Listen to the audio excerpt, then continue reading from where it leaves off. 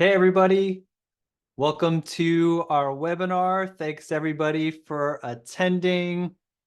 Today's topic, we're going to be talking about some of the new marketing features that Amazon's been rolling out and how we can use these features to increase our sales without being an expert. And as you guys know, and anybody who's been selling on Amazon, this is an ecosystem that changes like wildfire. It's always ongoing. It's never the same. Amazon a year ago, Amazon 6 months ago is such a different place to sell your products and market your brand. So I'm excited to be here today to chat about some of these new features that they're implementing and what we can do to increase those sales. All right, and jumping on. So real quick, I'm Will Hare. I'm the co-founder of Bellavix. Bellavix is a full-service marketplace marketing agency, and we help brands grow their sales on marketplaces like Amazon and Walmart. Personally, I have over a decade of experience helping brands with their strategic planning, implementation, and tactical execution of marketing strategies across all Amazon business segments. And I'm super excited to be here today. As an agency, Bellavix is one of 79 US agencies in the service provider network. We're also a global selling partner, and we are a verified ads partner. So we're pre-vetted out by Amazon, and we've been truly blessed to have some of these accolades as we've been working in this space for a little bit. So as we get into this, change is the only constant in life, and Amazon, we can, as I mentioned earlier, expect these types of changes. And to put it in some context, I have some of the latest updates that have been implemented in the last 60 days. And some of these feature updates are changing the game in terms of fees and the implementation of AI. And so similar to life is like nothing's going to be stagnant. Amazon is constantly changing. They're trying to keep the Jeff Bezos model of the flywheel, offering low prices and low prices for shoppers and low cost for sellers. But obviously, there's some nuances to that. And I'm excited to kind of chat about some of the latest updates. And so in the last 60 days, some of the updates that we've seen, Amazon implements a low inventory level fee to optimize fulfillment. So this goes into effect on April 1st, but April is kind of a grace period. So Amazon is going to charge you the fees in April, but they're going to refund those fees at the end of the month, and then expect in May for Amazon to be charging you fees for low inventory. And essentially, it's looking at a rolling 90-day average, and it's taking your 28-day supply. And as a seller, you need to maintain over that 28-day supply, or they're going to hit you with a low inventory level fee. Why is this fee being implemented outside being unfair to a lot of sellers? They want to make sure that your products are in stock to meet demand. There's a lot of nuances. We've been having conversations with a lot of sellers. We're hearing, what if it's not my fault? What if it takes longer to inbound shipments, or Amazon loses or breaks my products? Because we know that never happens, right? So these are just some of the things to consider, obviously through case management. And as we get more experience with these fees they're assessing, we'll be able to better combat those to make sure that we're maximizing profitability. But as sellers, for you guys to be aware, Amazon is trying to maintain consistency for the end user, the shopper on Amazon, by making sure products that people are searching for are available on the marketplace. And that's why this, unfortunately, this fee is being implemented.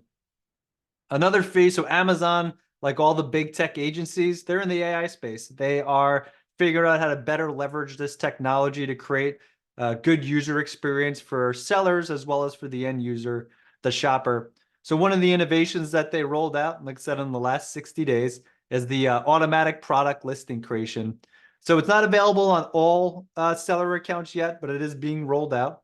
And essentially, they use the data from over 100,000 sellers, so that you could just drop your website link inside of add your product essentially, and it will create the listing for you with a title, bullets, description, keyword optimized, ready to rock and roll. So it is a pretty nice feature, to be honest with you. It's definitely replacing the ability to copyright. What I will say, and what we've seen early on, it's not the best. People generally can tell when something's written by AI. The use of natural language isn't there yet. But what it does mean is that this technology is coming and it's only going to get better.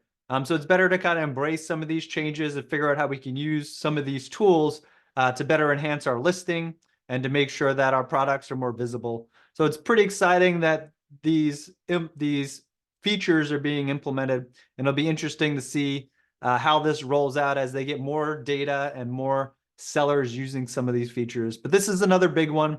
It's the automatic product listing creation.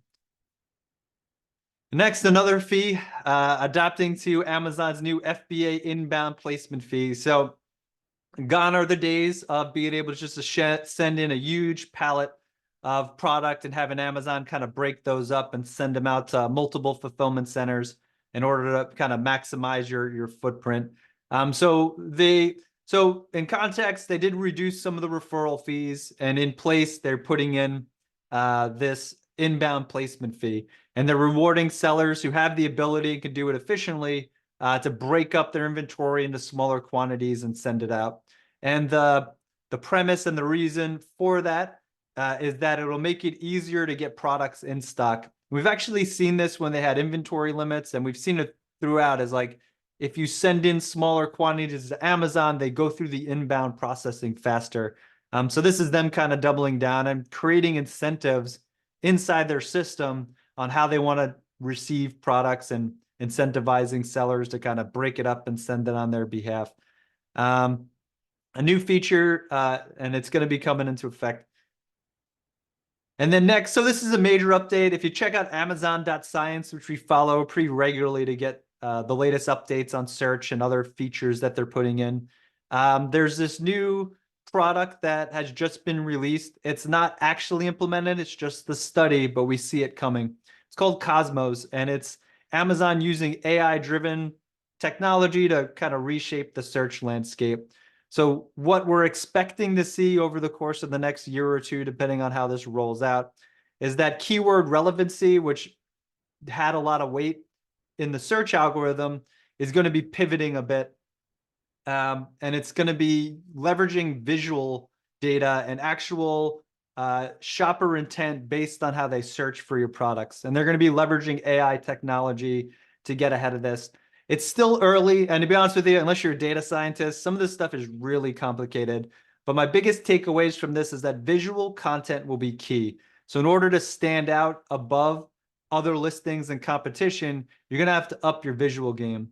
What that means is maybe getting your product in the hands of influencers to start generating user-generated content, or working with a creative studio to create some top-notch photographs and visuals, lifestyles that are going to enhance the shopper experience and train the algorithm that when somebody searches for X, you're the best product to lead to a sale, and therefore you should rank a lot better.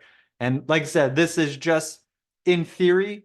It's been released. It's being talked about throughout the seller community. It is no way being adopted at the moment, but we do expect this to roll out in the next year or so. And last but not least, like nothing's safe, even the coupon update. So now they have the trust and eligibility. And so essentially, as of March 12th, what this means is that there's the was price. And your was price is your rolling 90-day average or median. And essentially, if you're going to offer a coupon discount, it should be at least 5% lower than your 90-day median price. So gone are the days of like big tentpole events. You remove some pricing over the next 30 days, raise your price a little bit, then offer a discount to where a product is normally priced at. So it's a way of Amazon combating fair pricing policies and kind of implementing it. So if you have a coupon and that coupon is not lower than the 90-day average, it'll become ineligible and the coupon won't run. This goes for, anything that you're doing around the coupon promotion. So it's pretty interesting. And I'm going to quote one of my favorite philosophers here, Alan Watts. The only way to make sense out of change is to plunge into it, move with it, and join the dance. As mentioned earlier, nothing gold can stay. Amazon is continuing to innovate and change. And our job as an agency and our job as sellers is to make sure that we're adopting and adapting to these changes, making sure that we have key KPIs in place like profitability, and we understand how some of these changes are going to affect our bottom line and our outcomes for our business. So lots of changes. It's pretty exciting. And those are like the last 60 days. So, I mean, we could go into it. If you follow our seller newsletter, we often do a lot of updates around the trends and changes that Amazon's rolling out. And it's constant. I have something to talk about every week. So there's no shortage there. And anybody who has ADD or likes to chase the shiny object, that shiny object is there, and there's always something new to chase. So it's pretty interesting times. So jumping into our workshop, what we're going to talk about today, we're going to go into some of the new features. Specifically, I'm going to talk about brand tailored promotions. I'm going to talk about premium A+ content and specifically some of the new features that have been added and some of the updates. I'm going to talk about buy with Prime and multi-channel fulfillment. I'm going to talk about product life cycle support, but mainly how it deals with customer lifetime value.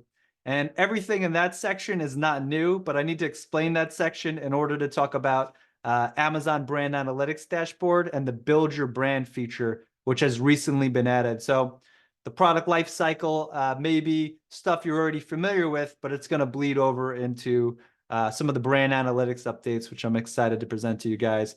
And then Q&A. So before we get too deep into it, everywhere you see a red text with an underline, there's a hyperlink there. I hyperlink Amazon resources, I'm hyperlinking examples, and you guys will actually get a copy of this webinar deck that you can use. There's actionable insights so you can use and actually implement within your business, as well as the video of this recording post-webinar.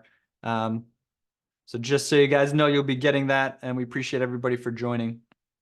So let's talk about brand tailored promotions. So I'm really excited about brand tailored promotions, especially since they got rid of MICE, which is manage your customer experience.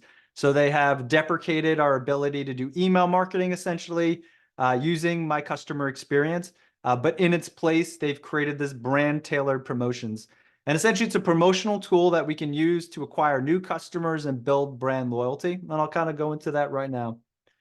So specifically on this page, if you click on brand tailored promotions, it's going to take you right over to the dashboard on Seller Central. And you can pretty much go and start creating some of these promotions if you're enthralled and so excited by this presentation.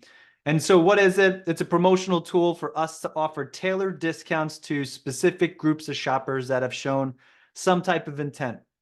And I'll kind of go that into the next slide, but these offers show up in search, on product detail page, and on promotional shopping pages, and they just show up as regular coupons and discounts. So what type of targeting do we have? How do we have the ability to target? We could target repeat customers, abandoned cart shoppers, potential new customers, brand followers, top tier, promising, at risk. They've really given us a lot of audiences that we can build off of in order to kind of create these really specific orders to get a user back in our funnel, to acquire a new customer or an existing customer to get that lifetime value up. And here I have actually the steps you need to take in order to set up brand tailored promotions.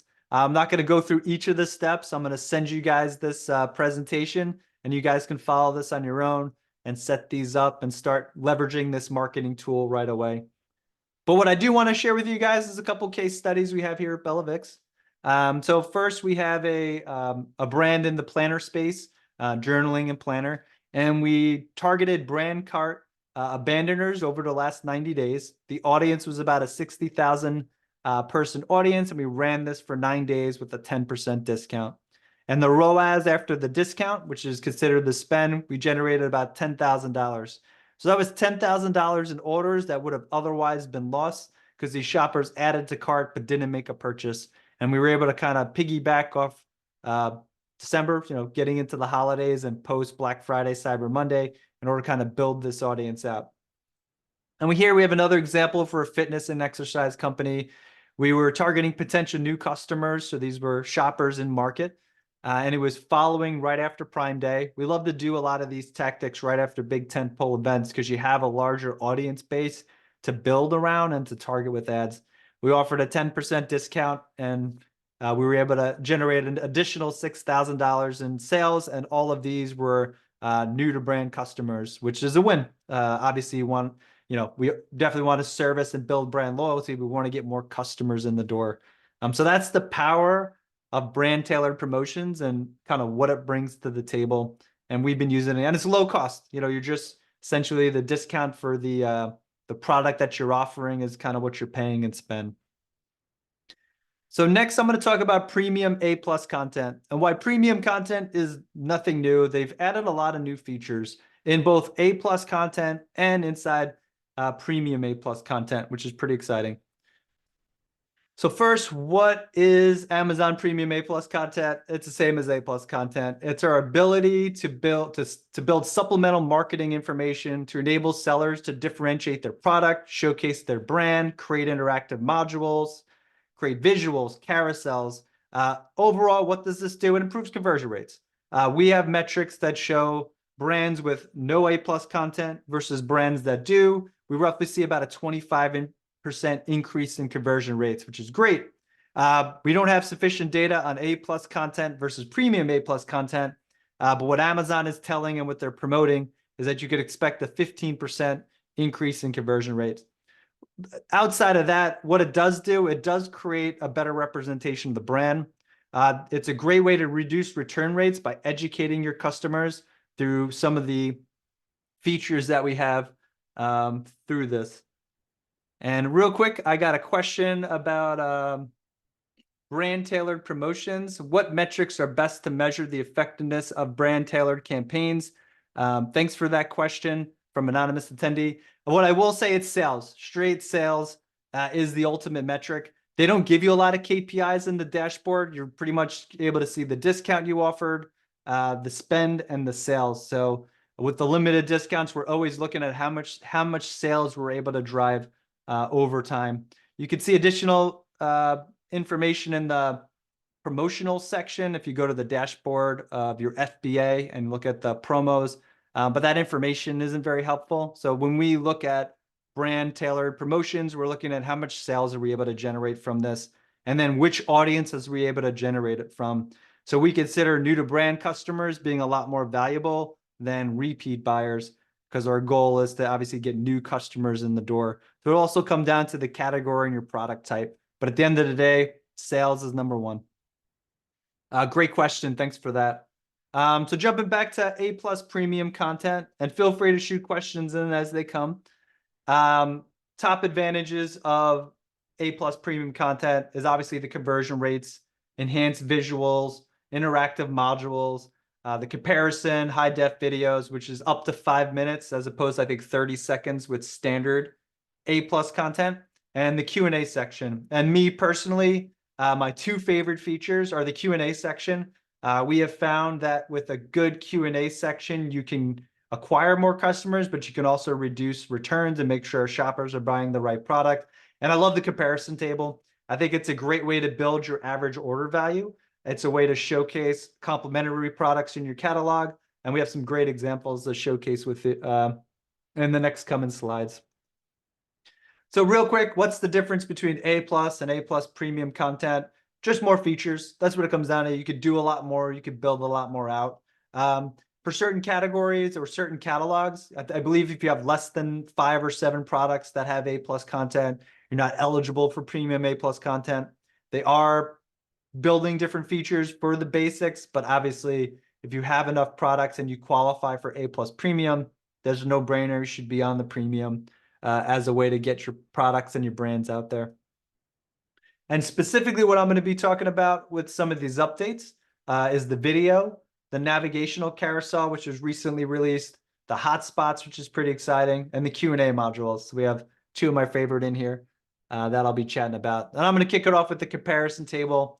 And as mentioned, a nice feature that they've added, and they actually just added it to Basic too, is the ability to add to cart. But we also have the ability to showcase different products in our catalog. What I love for like beauty products is if you have a beauty regimen, you can kind of outline which products are typically bought together, the benefits of each of these products. If you're selling something that is like a fitness thing and there's different components, you're able to kind of put them all together on one listing. At the end of the day, like our goal for this comparison table is like build our average order value. We want to get more people adding more of our stuff to the cart without jumping around to other pages to find all these things, and also without creating really crowded parent-child relationships. So We want to catalog our products properly, but we don't want everything under one parent to overwhelm the shoppers. So this is a great way to kind of maintain that segmentation and also leveraging some of these new features efficiently. And I have an example here from Make Do Toys, and they create these like screw set that you screw into cardboard boxes, and you're able to build some really great artwork with your kids. So it's a STEM product. And what's nice is like they have different quantities in these packages. They have these different things that you could do and build with these. And then their A+ content, it's a great way to leverage that technology to kind of showcase which are the best products and what comes with what. And what's nice, you can see in this GIF we've created, just add to cart, adds the product right to your cart. It's a really seamless interaction, and we're big fans of the comparison table. Next, the navigational carousel. This is a really great feature, and it kind of just rolled out, but gives us the ability to highlight use cases, upsell higher value items, talk about the brand and the story a bit. And it's a great opportunity for sellers to kind of talk through their products a little better. And it's seamless because it's all on one page. So it's not, you don't need to build it up. You can kind of scroll through it. And I'll have an example here from Grace and Stella outside of the Jessica Alba endorsement. They're talking about the brand and UGC. So how many people buy their products, what they're buying it for, how it's manufactured, cruelty-free and vegan-free. Perfect gift. I like anything that talks to gifting because there's always a reason to buy gifts year-round. And then some product features, gold, pink, or blue. Pick the color that's best for you and get rid of those wrinkles. So it's a really, really great and innovative approach to kind of building some of this premium A+ content. And there's lots of different ways you can use this. If you have a single product, you could just talk to what's unique about the brand and get shoppers to identify with your brand and understand what's the advantage, why buy your product. You can look through reviews of your competitors and kind of address some of those on what makes your product different, your USP. Could all be laid out here in the navigational carousel, and it doesn't need to be too cluttered. So you can really leverage visual assets. Next, videos. Big fan of videos. 5-minute video. The more complicated your product, the more you need videos to kind of explain it. If I'm pitching a tent or something like that, and it's supposed to be super easy, I will go back to Amazon and kind of look at these videos to see how am I doing and how to figure this out. But it's also a great selling opportunity to showcase how simple this product could be in the example of tent, but also what's unique about the brand. How is it manufactured? These videos are great. They're all over the place. They're being more and more incorporated into search. So why wouldn't they be on your product detail page? And here we have an example from Hygia Beauty. It is a beauty company. Sorry, they do skincare. So they have the retinol cream, crepey skin, and beta glucan. And here they just kept it super short. This is what you want your skin to look like, this, young ladies. Science meets nature. So that a lot of their stuff that they do is science-backed. And you can see how they kept it super simple, but it's how they're leveraging the video. So I have another question from an anonymous attendee. We see more and more video content used through Amazon. So what is your position in investing in videos for premium A+, and what strategies would you employ to ensure premium A+ videos effectively drive higher engagement and conversion rates? So that's a really great. So what I would say is I'm an advertiser. So when I look at creating video content, I look at what type of video content can I create that answers some type of search query that's going to drive engagement and sales. So in this example, this video is just a brand video. It's super high level. I personally wouldn't recommend using a video like this. I would want something that showcases how to apply this particular product, the short and sweet of it. How does it work? What are the ingredient benefits? And when can I expect results in ideally 30 seconds to a minute? And then be able to take those videos and kind of use them, like stretch them out and use them in as many places as humanly possible. So when I think of video creation, I think first, how can I use it for advertising? And then how can I take those and apply them to the product detail page? And in some cases, it may be setup, it may be how to use the product. It may be the unique selling proposition. It may be about the brand. On what I love about smaller catalogs, they're really focusing on how the product's made and the unique selling proposition. So it varies. but I would recommend that when you are creating videos, think of how I can use videos for multi-purposes, and always think advertising. Videos are becoming more and more important for advertising. We know, for example, in I think January or February, Prime Video and Freeview's always had it, but Prime Video has opened up commercials as baked into their content, and they had a streaming TV Lite program, so they were actually paying for video creation for a lot of sellers. So they're putting emphasis and they're investing in video, and you as a brand should see that as a signal and be investing in creating great visual content. Great question. Next, premium Q&A. We have the ability to showcase 2 to 5 tailored questions, offering a seamless conversation. These are one of my favorite features because it's great to reduce returns and really influence the shopper onto like what's unique about your product. And what we do know for a fact is that if you're answering questions that your competitors are getting, that is not answered on their product detail pages, you have the ability to to be able to charge a little more to showcase your product. So an example, if I'm looking for a journal, and the example I'm going to share next, and I need the paper to be a certain way, or I'm a student and I need it for college, having questions that address that use case directly is going to lead to better conversion rates. Because I'm looking at a bunch of others and they're not addressing it. So is it good for a college student? I'm not sure. Am I going to take a chance and buy this because it's a few dollars cheaper? Or am I going to get the journal that specifically addresses my search query, what I'm looking for, shopping in the journal space, for example? And like I mentioned, Erin Condren is a journal and life planner company, and here they're using Q&A to answer, what is the best paper quality? What should I use for college? What type of notebook should I use for journaling? And it's all baked into their A+ content. Pretty seamless too. You click into it, it doesn't take up a lot of space, it's not obnoxious, and it folds back up. So it keeps a really clean view and perspective. So we're big fans of the Q&A. And then last but not least, premium hotspots, which gives us the ability to add subtext overlays to particular images. And I think this is great for products that might be a little more complicated, require assembly, or have multiple features that need to kind of be broken down. And I'm using Instant Pot in this example. Like many of us in 2020, we probably bought an Instant Pot and we were home cooking gurus. But the Instant Pot is complicated. It has a lot of features. It does a lot of different things. And there's lots of different ways to search for this. So outside of having a video baked into your images, having something like this in your A+ content, talking about the different use cases, I could slow cook, I could saute, I can make rice, I could do yogurt. It's all baked in right there. And it answers all those questions. So as I'm looking for a product, and maybe the title is more focused on rice cooking, because that's a better sell-through, or pressure cooking, but can I make yogurt with this? It shows us there that I can. So the hotspots are great to kind of showcase different features and aspects about your product that would otherwise be harder to showcase. So that is everything and some of the most recent updates on premium A+ content. Like I said, we're excited. We're implementing this on a lot of the brands we work with, and it's super user-friendly, and there's more and more features being added. So it's definitely something that's dynamic and will continue to change. Next, I want to talk about Buyer Prime and multi-channel fulfillment. So when I was at Accelerate last year, one thing I noticed is that Amazon was really touting their logistics services. They've built this massive ecosystem that they can get packages to, the last mile delivery, which tends to be the most expensive, to shoppers same day, within 2 days, using their logistics network.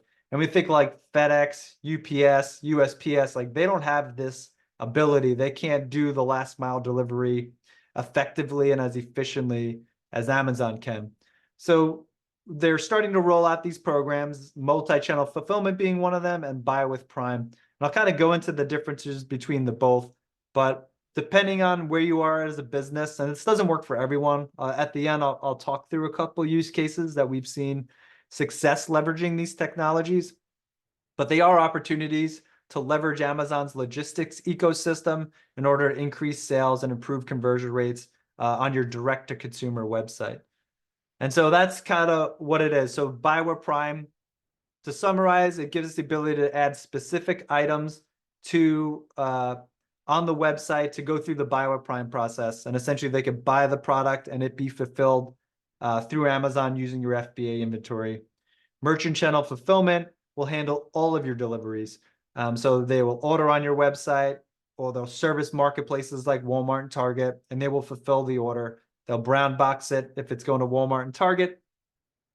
But there is the brown box if it's going to Walmart and Target, but they're touting their ability to do logistics. I have another question before I jump on to the next slide. Would the potential revenue increase outweigh the program fees, especially for sellers with a smaller Prime customer base? So from what I understand is that the fees are pretty competitive to what's out there through third-party logistics companies. And we have seen, and working with Amazon directly, that sales velocity through inventory actually influences ranking and search. So give or take, some of the brands are seeing roughly around a 30% increase in sales naturally by having Amazon fulfill those orders on the back end.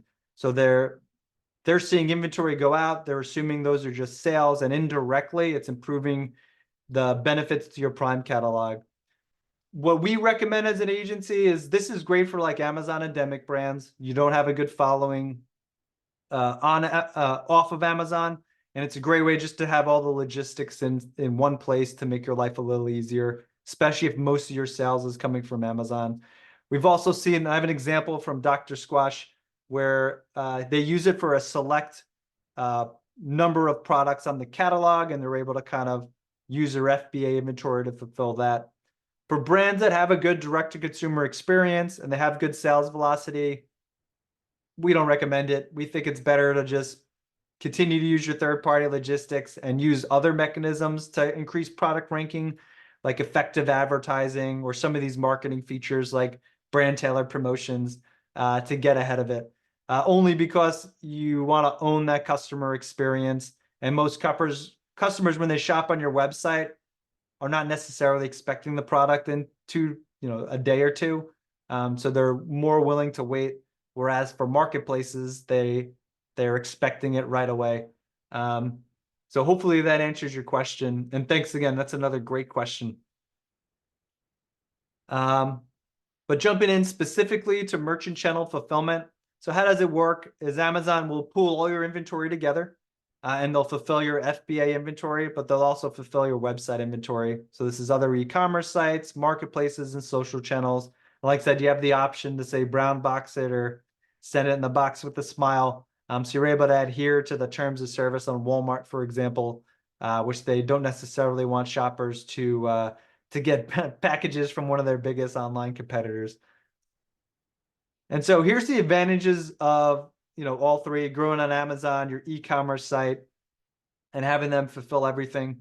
And what I want to recognize specifically with MCF is the shipping options, that they have the 5-day, the expedited 3-day, and the 2-day priority. So their biggest advantage is that they have the ability to fulfill these orders pretty consistently, pretty quickly. And what's nice is less logistics. So everything's managed under one property. They'll distribute it out to all the fulfillment centers, and you're kind of able to fulfill all your orders and keep doing what you're doing essentially. And through all of these, because they're on your website, you're still able to capture customer information. So you're able to get those email addresses and do retention marketing to build the lifetime value of your shoppers. And then buy with Prime. So this is a softer version of MCF. It will take essentially any products that you have in FBA, and you have the ability to fulfill those through your website.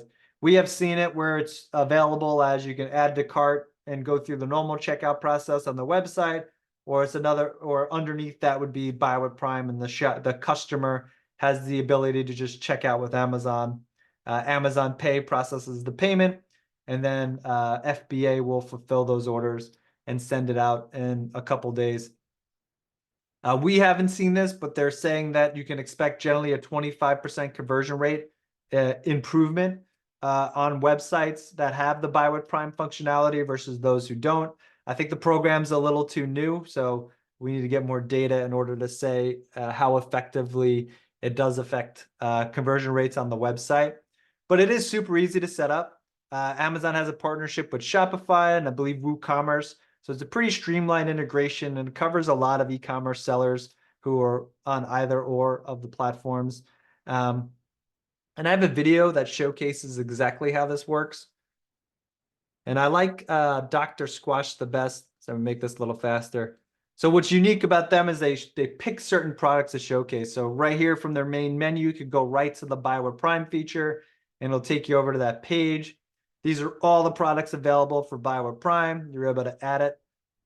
Checkout right there. You don't have the ability to add multiple carts, so your shoppers will have to go through the checkout process if they're going to buy more than one. They click on the Buy with Prime button. In this case, the Bellavix account, we're going to access it. They give me the display right there. I'm able to place the order and check out. And I believe in this case, I would get the product in a day. So it's going to be at my house super quick, and I can have my soaps and shave stuff directly from Dr. Squash. So there are some benefits to it. It is a new system that they've been rolling out, but they're world class with their logistics, and it is an opportunity. And like I said, I think it works really well for Amazon endemic brands, as well as brands who want to focus on a select feature of products that are maybe more geared towards the Amazon shopper. And it isn't right for everyone, but it is a good program for those of you who are considering going on it. Next, we're going to talk about product lifecycle support. So how to maximize every moment, enhancing customer lifetime value with strategic lifecycle support. And specifically with this, I just want to focus on the customer lifetime value. So one of the biggest challenges through Amazon throughout the year was you can only measure lifetime value in a 365-day period. And previously, you really got no lifetime value, lifetime data. You just kind of assumed it was like the website. Maybe 1 in every 3 orders makes 4 or 5 purchases a year, for example. So you didn't really have anything to go off of. But throughout the years, they've been able to kind of build on lifetime value. We're not talking about it here today, but Amazon Marketing Cloud gives us the ability to really track down those behaviors and how effective some of the advertising and marketing components are in driving lifetime value. But when we consider lifetime value, how do we grow the brand presence? How do we get repeat purchases for products and categories that require repeat shoppers? And so just to summarize it up, these are some of the factors or some of the tactics and strategies you can use to grow your lifetime value on Amazon. We're a big fan of product bundling, subscribe and save, and obviously this is for relevant categories. Package inserts, Amazon Post, encouraging brand loyalty, doing all terms of service methodology, so your post-purchase email sequence, package inserts is all part of that, running discounts, using brand tailor promotions, for example. These are all ways to kind of build that brand loyalty, and just having a really great product and a great story doesn't hurt, of course. Prioritizing high customer lifetime value products. As mentioned, not all products are going to be great for this, and not all products inside your catalog are going to be great for this. So you want to take those evergreen, really standout products and double down. Customer engagement emails, big fans of post-purchase email sequences when they're relevant. Brand tailored promotions and Amazon Live. I'm just kind of grazing through this list because we're going to talk about build your brand on Amazon, but wanted everyone who's listening to kind of have some context into how we think of customer lifetime value and what are some of the tools that we have directly on Amazon to kind of increase our lifetime value. And some of the reports we have to kind of measure this and get deeper insights. And like I mentioned, none of these reports are new, but they're going to play into the next set of slides. First is your search term report. So through advertising, we can get search data on how shoppers are searching for our products and what leads to clicks and conversion rates. And we could take that information and apply it to our listings, our Amazon post strategy, and anything else that's really keyword oriented. We have the item comparison and alternative purchase behavior. So we could see when shoppers are shopping around, what they're looking at and what other items they're choosing to purchase if it's not our product. This could help with conquesting and building a strategic strategy around differentiating your product in the market. Repeat purchase behavior. So obviously we want to understand how often and how well our customer loyalty programs are working, what retention strategies we're using, and where our shoppers are continuing to buy our product. And then market basket analysis, so understanding which products are bought together when they buy our products. And I'll share a quick story with you guys. We were working with a beauty brand not so long ago, and they produced a beauty cream. And the beauty cream was great, good quality, had tons of review. It was our evergreen product, so it drove a lot of sales in the catalog. And what we noticed is that this specific beauty cream was always bought with like a little triangle sponge that you're able to apply the cream evenly on your face to create just a great looking smooth skin, all the reasons you'd want to use beauty cream. And so we brought this to the owner and said, hey, do you have the ability to manufacture these? And she did. She had the ability to make these cost effectively and brand them with her brand. So it worked out really great. And we were able to create virtual bundles with those products, and we were able to kind of sell those. And not only did we increase the average order value, she had really good margins on those sponges. So it made our cost to acquire customers a little higher. So we're able to spend more money to get more customers to help drive the brand and rank the products better. So it's a great example of how you can use some of these reports to be strategic on how you pick products and implement some of those strategies on Amazon. And that last but not least, the brand analytics dashboards. Obviously, we all want to make data-driven decisions. AI and all these technologies are certainly helping with that. And I'm excited to talk about their latest creation, which is Build Your Brand Dashboard. And like I said, a lot of these have links. So I'm going to beat the dead horse one more time. Feel free to click on the Build Your Brand. It'll take you right over to the page, and you can kind of see this interface that I'm about to go through now. But they've made this page more visual, and they included things like branded search ratio, how are we doing with awareness, star rating, what's the quality of our product, brand conversion rates, how well are we converting customers when they're in the consideration phase, and the repeat customers, how well are we building brand loyalty. And what's nice about this page, it's visually appealing, it's easy to navigate, and they're going to give us all tactics we can use on Amazon to grow our brand, grow sales, and improve these different metrics that are going to drive more sales, better results, and better product ranking. So some of these new features, just to call them out, your brand search ratio and your star rating, your conversion and repeat customer ratio, and they've added some visual graphics and actionable insights. So big fan of this page, and I recommend everyone post this webinar, jump on the PDF and check this thing out. It's really next level. So first, the brand search ratio, which is the percentage share of branded impressions compared to total impressions for a brand over lifetime. And you can see here we have month over month. And in this case, this brand's killing it. They're seeing lots of improvement. Obviously, they're doing tactics on and off of Amazon to drive that brand awareness.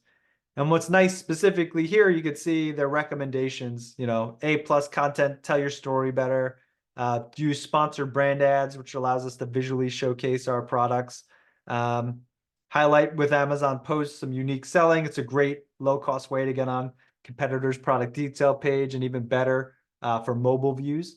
And then if you scroll to the bottom page, they kind of have a summary, and that's the box on the left.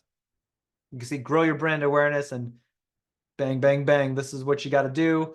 These are things for you to consider, specifically in the brand analytics, the top of search terms report, and the search query performance dashboard. So they give you a lot of information, and they directly link you to the resources. So you can dive into that data and really be strategic on how you're going to grow your brand awareness and grow your brand on Amazon.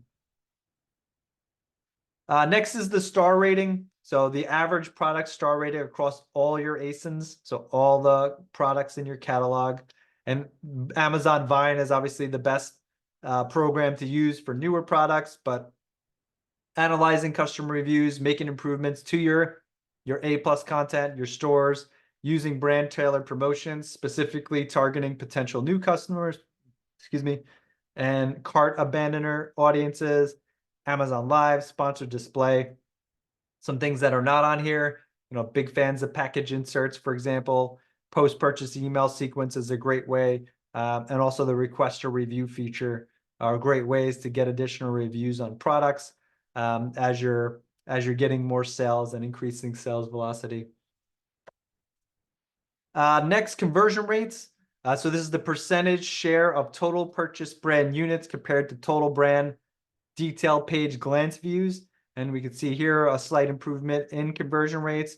And how do we improve conversion rates?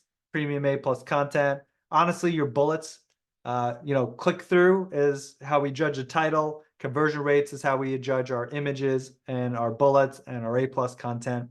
And we're big fans of manager experiments. So a concept we adhere to at Bellavix is incremental improvement leads to long-term growth.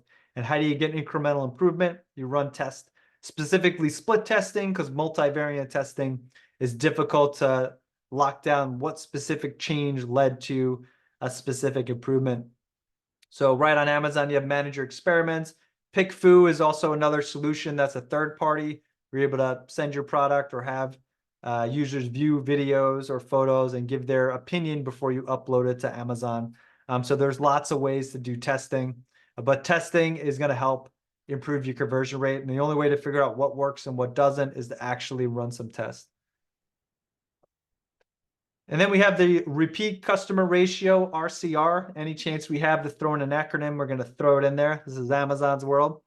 And it's a percentage share of customers that have purchased more than once from the brand in the previous 12 months compared to total customers that have purchased from the brand in the previous 12 months. So it's a year look back window. How many repeat purchases are we getting? And ways to improve this. We have your brand, through brand analytics, we have the customer loyalty analytics dashboard, as well as repeat purchase behavior dashboard, as I mentioned in the previous slides. Brand tailored promotions is a great way to get your products in front of new customers. Subscribe and save. We love subscribe and save. If you're a beauty, supplement, food brand, you should be optimizing to get subscribe and save. You should be putting images inside your A+ content and storefront that has customers, A, follow your store, and B, subscribe and save. Be aggressive on those discounts, because that's a great way to build your lifetime value on your brand through these brand loyalty programs. So I want to thank everybody for showing up. This concludes everything that I had for the webinar. You can check out our website, bellavix.com. My LinkedIn's here. We post things pretty regularly, and you can email me at hello@bellavix.com. But before we wrap up, I'm going to turn it over to the audience to see if we have any additional questions. Is there access to historical trends to show progress over time for key brand metrics? There are, through the brand analytics dashboards, and you're able to kind of view different windows of time. It depends specifically what you're looking at and which platform you're in. I know advertising is a bit limited. I think it's 90 days before they group them all together. But through brand analytics, you can piece it out, and then they have different dashboards, but nothing really effective is going to be over a year. So hopefully that helps. And then from Marina, are bundling and subscriptions as tactics equally effective for product categories? How can sellers adapt their customer lifetime value strategy for niche products with a smaller customer base? Great question. So obviously subscriptions are only going to work for products that are subscribe and save. So like if you sell plungers, for example, not really going to make sense to have a subscription. But if you sell plungers and other home items, bathroom items, the bundling is a great way.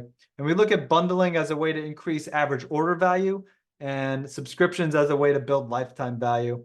And if you don't have the ability to build that lifetime value, having more products in your catalog is going to give you the ability to kind of create more bundles and more opportunities. Plus, if you have a really well-reviewed product that has great sales velocity, you're able to take slower or moving products and kind of bundle them together as a way to liquidate, as a way to drive awareness for these new products, or as a way to kind of shift some of that buyer momentum over. So we're big fans of bundling as a tactic, and subscriptions are for the right products in the right categories. But anything perishable, anything that needs to be replenished, you should definitely be focusing on how do we get better, how do we get users to sign up for subscribe and save? How aggressive should we be on discounts?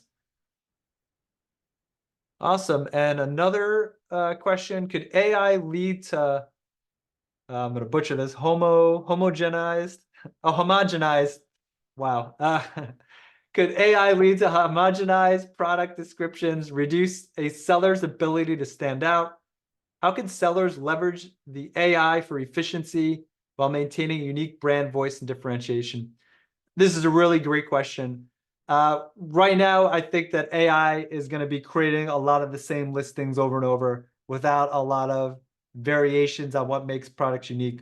So right now, the human element is still needed. Somebody needs to go in and talk how this product works, how it aligns with the brand, what the opportunity is. But we're going to see this improve. This isn't going to be forever. AI works on data sets, and the more data it gets, the more effective it's going to be. So how are we going to stand out in a world of AI? It's going to be visual. It's going to be like, how can we uniquely position our products in a way that is visually appealing to get customers buy-in and engagement? How do we separate our product as what's the unique selling proposition? And how could I visually showcase that in my product images, inside my A+ content and on storefronts? And this is where we're seeing, more video and more images being more effective. And we know that that's kind of going to be the way moving forward, especially with this Cosmo rollout. I'm expecting traditional keyword research and how that's done to just go the way of the dodo. It'll be a lot different here in a year from now. So great questions. Let's see if I got another one. When you do a brand tailored promo, for example, for cart abandoners, do they all get sent an email alerting them of the promo? They do not. Well, some of them will, but for the most part, it's just going to show up in their search.